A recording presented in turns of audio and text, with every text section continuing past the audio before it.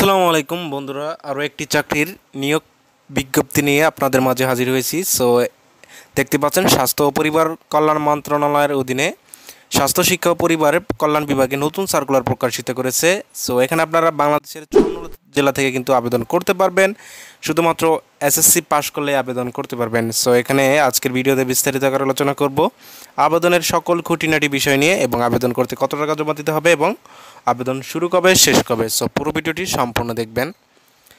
Viewers, যে সকল বন্ধুরা আমার চ্যানেলে একদম নতুন দর্শক, তারা সকলেই সাবস্ক্রাইব করে সঙ্গে থাকবেন, আর যারা অলরেডি সাবস্ক্রাইব করেছেন তাদেরকে অসংখ্য ধন্যবাদ। চলুন মূল ভিডিওতে আলোচনা করা যাক। সো এটা একদম সরকারি একটা চাকরি। সো আমি শেষ থেকে আলোচনা করতেছি। সো দেখতে পাচ্ছেন এখানে অফিস সহায়ক, যা আপনারা সকলেই MLSS নামে চিনে থাকি। সো 11 জন লোক নিয়োগ দেওয়া হবে। এখানে বেতন হবে 8,250 থেকে 20,010 টাকা বেতন।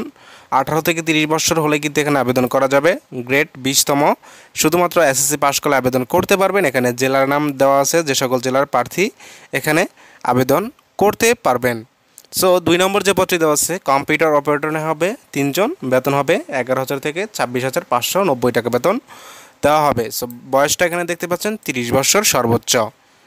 এখানে শিক্ষাগত যোগ্যতা দেওয়া আছে স্নাতক সম্মান ডিগ্রি পাস করলে আবেদন করতে পারবেন, তবে ডিগ্রি পাসটা আপনাকে বিজ্ঞান বিভাগ থেকেই করতে হবে। এবং কম্পিউটার মুদ্রাক্ষরে প্রতি মিনিটে বাংলায় 25 শব্দ এবং ইংরেজিতে 30 শব্দের গতি থাকতে হবে সংশ্লিষ্ট বিষয়ে। তারপরে দেখতে পাচ্ছেন প্রথম এবং অ্যাডভান্সড যে পদটি দেওয়া আছে 60 মুদ্রাক্ষরিক কম্পিউটার অপারেটর নেওয়া হবে। এখানে 3 জন, বেতন হবে 11,000 থেকে 26,590 টাকা বেতন। যেখানে সর্বোচ্চ বয়স সীমা দেওয়া আছে 30 বছর, তবে বিভাগীয় প্রার্থীদের ক্ষেত্রে বয়সটা হবে 40 বছর। সো এখানেও সেম একই, স্নাতক ডিগ্রি পাস করলে আবেদন করতে পারবেন। এখানে কোনো বিজ্ঞান বিভাগের স্নাতক পাস করতে হবে না। সো কম্পিউটার প্রশিক্ষণ প্রাপ্ত হতে হবে এবং কম্পিউটার মুদ্রা করে প্রতি মিনিটে ইংরেজিতে 30 শব্দ এবং বাংলায় 25 শব্দের সংশ্লিষ্ট বিষয়ে কিন্তু উত্তীর্ণ হতে হবে। সো এখানে দেখতে পাচ্ছেন যে সকল জেলার প্রার্থীগণ এখানে আবেদন করতে পারবেন সেটা দেওয়া আছে। এখানে আপনারা আপনাদের জেলার নামটা দেখে নেবেন, তাহলে আপনারা আবেদন করতে পারবেন। সো জেলার নামটি যদি না দেখে আবেদন করেন তাহলে কিন্তু পরবর্তীতে সমস্যা হতে পারে। সো এখানে দেখতে পাচ্ছেন আবেদনের নিয়মাবলী এবং শর্তাবলী। সো এখানে দেখতে পাচ্ছেন পরীক্ষা অংশগ্রহণ ইচ্ছুক প্রার্থীগণ mefwd.teletalk.com.bd এই ওয়েবসাইটে গেলে আপনারা আবেদন ফর্ম পাবেন একটা, সেই আবেদন ফর্মটা আপনাকে পূরণ করতে হবে। এখানে দেখতে পাচ্ছেন পরীক্ষার ফি জমাদান শুরুর তারিখ 6 জুন 2024 সকাল 10টা থেকে শুরু হবে এবং আবেদনপত্র জমাদানের শেষ তারিখ 23 জুন 2024 বিকেল 5টা পর্যন্ত কিন্তু আপনারা অনলাইনের মাধ্যমে আবেদন করতে পারবেন। এবং আবেদনের সময় আমাকে 300x300 পিক্সেলের ছবি এবং 300x80 পিক্সেলের স্বাক্ষর আপলোড করতে হবে। সো ভিডিও ডিসক্রিপশনে লিঙ্ক দেওয়া থাকবে, সেটা থেকে আপনারা খুব সহজে ছবি ক্রপ করতে পারবেন।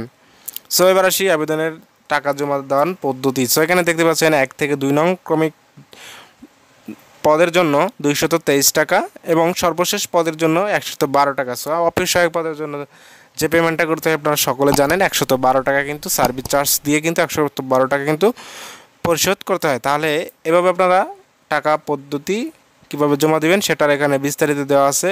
মোবাইল অপশনে গিয়ে SMS অপশনে গিয়ে লিখবেন MEFWD স্পেস ইউজার আইডি লিখে সেন্ড করে 1622 নম্বরে, এবং দ্বিতীয় SMS এ লিখবেন MEFWD স্পেস স্পেস পিন নম্বর লিখে সেন্ড করে 1622 নম্বরে।